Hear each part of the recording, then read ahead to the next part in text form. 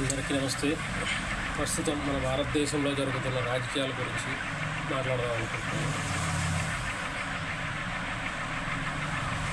లక్షల కోట్లు దోసుకొని తిన్నోడేమో దర్జాగా రాజకీయ నాయకుల పక్కల్లో తిరుగుతాడు.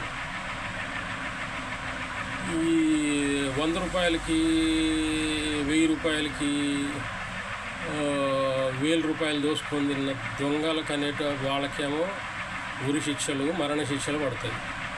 భారతదేశ ప్రజల సొమ్మును దోసుకొని తిన్న, లక్షల కోట్లు దోసుకొని తిన్నోళ్ళేమో రాజ్యాల లెక్కన బతుకుతున్నారు. దానికి కారణం ఏంది?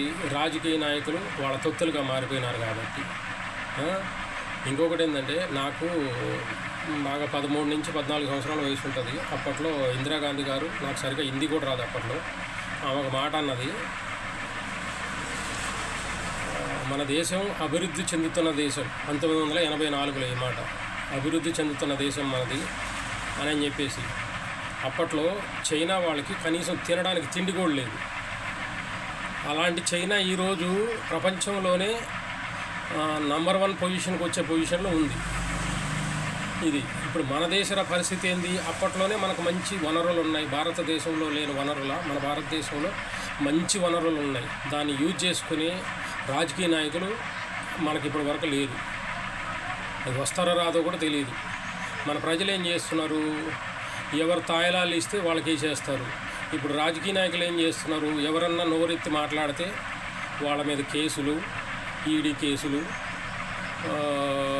సిబిఐ కేసులు, వీటిని పెట్టి నోరెత్తే గళాన్ని నొక్కి పెడుతున్నారు. ఎదిరించి మాట్లాడకూడదు, ఏది మాట్లాడకూడదు. కాబట్టి మన ప్రజలు ఆలోచన చేయండి ఒకసారి. అసలు ఏంది? ఇదే పరిస్థితి ఉంటే, ఈరోజు నేను చెప్తున్నా, రాసి పెట్టుకోండి ఎవరైనా కానీ, ఇదే పరిస్థితి ఉంటే ఆఫ్టర్ 10 years భారతదేశంలో middle class, upper middle class, lower class, poor families బతకడం కష్టమవుతుంది. మీరు కావాలంటే రాసి పెట్టుకోండి. ఈ పొజిషన్ ఉంటే, ఇప్పుడుండే పొజిషన్ ఉంటే మాత్రం దీన్ని ఆలోచన చేసుకొని భారతదేశ ప్రజలు ఓట్లు వినియోగించుకోవాలని నా మనవి. ధన్యవాదాలు.